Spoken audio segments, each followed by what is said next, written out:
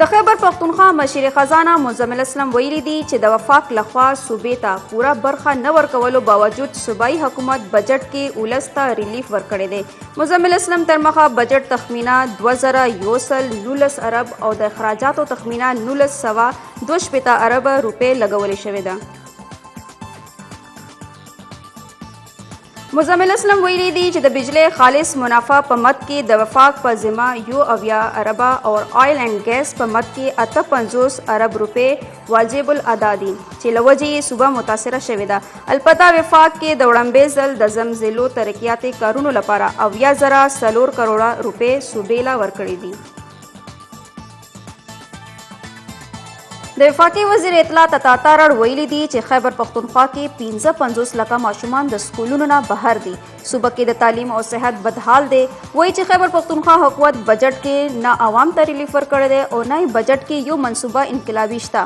پېښور کې سیف سټي منصوبه تر نن ورځ پورې مکمله نشوه. خیبر پښتونخوا کې په پولیس د ترهګرو حملې جاری. لکی مروت کې ترهګرو خوشدل خان نومي پولیس اهلکار د کور نه اغوا کولو وروسته شهید کړی دی. بلخوا د بډاګرام میدان پمپ علاقه کې د ډزو له وجې پولیس اهلکار شهید شوی دی. باجوړ کې هم د وزیر اعظم مشیر مبارکزی په کور راکټ حمله شوې ده خو څه ځاني زیان پکې نه دی شوی. کې د پاکستان خلاف بھارتی یو بل سازش ناکام. د پاکستان عالمی اعتماد حاصلولو کې کامیاب. بھارتی سفارتی وفد پاکستان دوباره گری لیسټ کې شاملولو کوشش کولو ولې FATF د دې خلاف فیصله وکړه او بھارت ته شکست ملاو شو. اجلاس کې چین پاکستان ته ریلیف ورکولو لپاره وکالت هم کړي. ترکیه او جاپان هم د پاکستان حمایت کړي. ایرانی فوج یو بل یعنی دریم اسرائیلی F-35 طیاره راغورځولو او پایلټ نیولو دعوه کړې ده. ایرانی میډیا ریپورټس مطابق د ایرانی فوج فضائی دفاعي یونټ د اسرائیل جدید جنگي طیاره د ملک په مغربي فضائی حدود کې راغورځولې ده. تیره شپه هم د ایرانی میډیا لخوا 2 اسرائیلی F-35 طیارې راغورځولو او یو زنانه پایلټه نیولو دعوه کړې وه. ولې تر دې دمه د اسرائیلي فوج لخوا د دې خبرې تردید نه دی شوی. د ایران سرپرایز د اسرائیل جدید ډیفنس سیسټم فیل. ایران د اسرائیل په تل ابیب او نورو ښارونو بیلسټیک میزایل داغلي. دغه حملو کې د 4 تنه مړه او 15 تنه سیوا جوړل شوي دي. ایران چارواکو جوابي اپریشن لا د واده صادق دویم نوم ورکړی دی او د حملې جاري ساتلو خبرداري هم ورکړې. وزیر اعظم شهباز شریف ایرانی صدر مسعود پزشکیان سره ټلیفونیک رابطه کړې ده او ورسره د اسرائیل بلا اشتعال او بلا جواز جاریت باندې یووالی اظهار کړی دی. وزیر اعظم اسرائیلي حملو مذمت هم کړی دی او ویلي دي چې اسرائیلي حمله د ایران خودمختارۍ او علاقايي سالمیت خلاف ورزي ده. شهباز شریف مطابق ایران ته د خپل مکمل دفاع کولو حق حاصل دی او پاکستان خطه کې د امن فروغ لپاره خپل کردار ادا کولو ته تیار دی. د خارجه وزیر اسحاق ډار او ایران هم منصب عباس عراقچي ترمنځ ټلیفونیک رابطه دواړو مشرانو د اسرائیل حملو وروسته پیدا شوي صورتحال باندې خبرې کړې دي. اسحاق ډار د اسرائیل حملې د علاقايي سالمیت او د ایران خپلواکۍ خلاف ورزي ګرځولې او د ایران ملاتړ جاري ساتلو عزم اظهار کړی دی. د سلامتي کونسل هنګامي اجلاس ایران او د اسرائیل تاوتریخوالي باندې تشویش اظهار شوی دی. پاکستانی مندوب عاصم افتخار ویلي دي چې اسرائیلي جارحیت ناقابل قبول دی. ایران ته د خپل دفاع پورا حق ترلاسه دی. عاصم افتخار د اسرائیل حملو د ایران خپلواکۍ خلاف ورزي ګرځولې ده.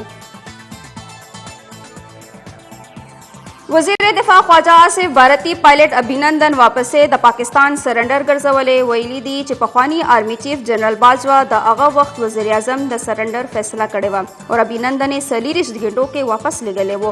خواجه آصف مطابق ایران اسرائیل کشیدګۍ په معامله کې د ایران سره ملګري یو او په بین الاقوامي سطح به د ایران مدد هم کوو.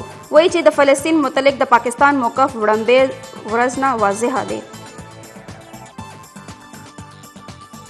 د متحده قومونو جنرال سیکرټري انتونیو ګوتریس یو وار بیا ایران او اسرائیل ته اپیل کړی دی چې کشیدګي دې ختمه کړي. ګوتریس وایي چې ایران په جوهري تنصیباتو حملې او په جواب کې په تل ابیب میزایلونو حمله ناثابته شوې ده چې کشیدګي سیوا کیږي خو دا ختمول پکار دي. بلخوا د روس صدر پوټین اسرائیل ایران جګړه بندولو لپاره ثالث ادا کولو پیشکش کړی دی.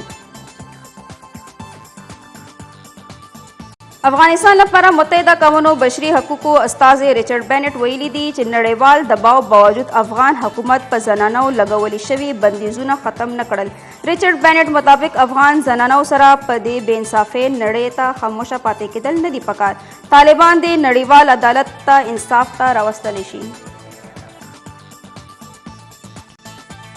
روان کال د حج دوران 18 پاکستانی عازمین حج په حق رسیدلی دي. په حق رسیدلو کسانو کې 10 سړي او 8 زنانه شامل دي، کوم کې چې زیاتره ډېر عمر کسان وو. سرچینې وایي د ملک اول څلوېښت ماحولیاتي نمونو کې د پولیو وایرس تصدیق شوی دی. د پولیو وایرس په 34 ضلعو کې موندل شوی چې پکې د سند 14، د خیبر پختونخوا 8، د بلوچستان 6 او د پنجاب 4 ضلع شامل دي. د اسلام آباد نه اغوستل شوي نمونو کې د پولیو وایرس تصدیق نه دی شوی.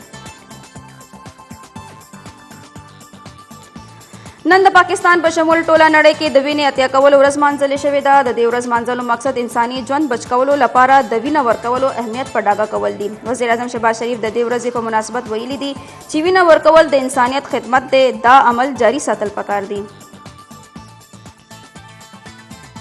د لوبو په میدان کې پاکستان لپاره یو بل اعزاز. بوټان کې شوی ساؤتھ ایشین باډي بلډینګ چیمپئنشپ مقابلو کې پاکستانی ایتھلیټس اسامه سعید بھارتی لوبغاړي لا شکست ورکړی دی او د سرو زرو تمغه یې ګټلې ده. سیمو اسلام آباد، پنجاب او شمال مشرقي بلوچستان کې د باران امکان څرګند شوی. موسمیاتي محکمې تر مخه د بارانونو دا سلسله به 3 ورځې جاري وي. د بارانونو له وجې په ګرمۍ شدت کې هم تر ډیر حده کمی شوې ده.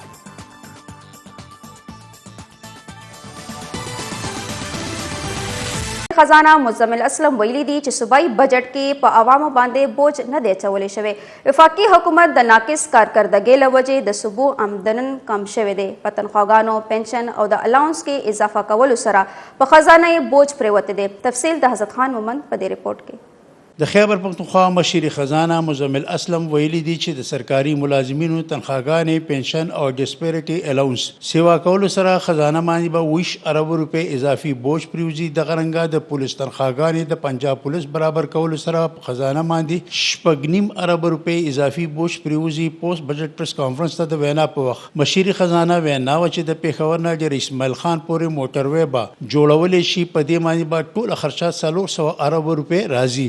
صوبایي حکومت به د دې لپاره صرف ځمکه اخلي او چا سره چې هم معاهده وشي نور پیسې به هغه خرچ کوي. چې څرنګه سوات ایکسپریس وے جوړ شوی په هغه طرز باندې به پیښور ډېر خان موټروي جوړولی شي. مزمل اسلم وینا وه چې ترقیاتي سکیمونو لپاره 540 ارب روپۍ مختص کړی شوي دي. د وفاق ټول ترقیاتي بجټ 1000 ارب روپۍ دی. د هغې وینا وه چې د ټول بجټ حجم چې کوم دی 2119 ارب روپۍ دی. د اخراجاتو تخمینا 1962 ارب روپۍ لګولی شوي ده. دغه رنګه 150 ارب روپۍ سرپلس بجټ دی. هغوی د دې خبرې اعتراف کړی چې وفاقي حکومت زم ازله لپاره AIP پروګرام په مد کې 90 ارب روپۍ ادا کړي. دا لومړی موقع ده چې صوبایي حکومت ته ټولې پیسې ورکړی شوي دي. هغوی ویل چې په بجټ کې نوي ټیکسونه نه دي لګولی شوي، البته په ټیکسونو کې رد و بدل کړی شوی دی. مزمل اسلم وینا وایي چې پولیس شهدا پیکج سیوا کړی شوی دی او صوبه کې د سکیورټي لپاره 102 ارب روپۍ مختص کړی شوي دي. په پاټه او زم ازله کې د وفاقي حکومت لخوا نه سیل ټیکس لګولی شوی دی. په دې اړه د مزمل اسلم وینا و چې سیل ټیکس صرف هغه شیزونو لګولی شوی چې کوم زم ازله او پاټه کې پیدا کیږي. د صوبایي حکومت په کوششونو باندې زم ازله او پاټه د ویډ هولډینګ ټیکس، انکم ټیکس، د ویل ټیکس نه بچ کړی شوی دی.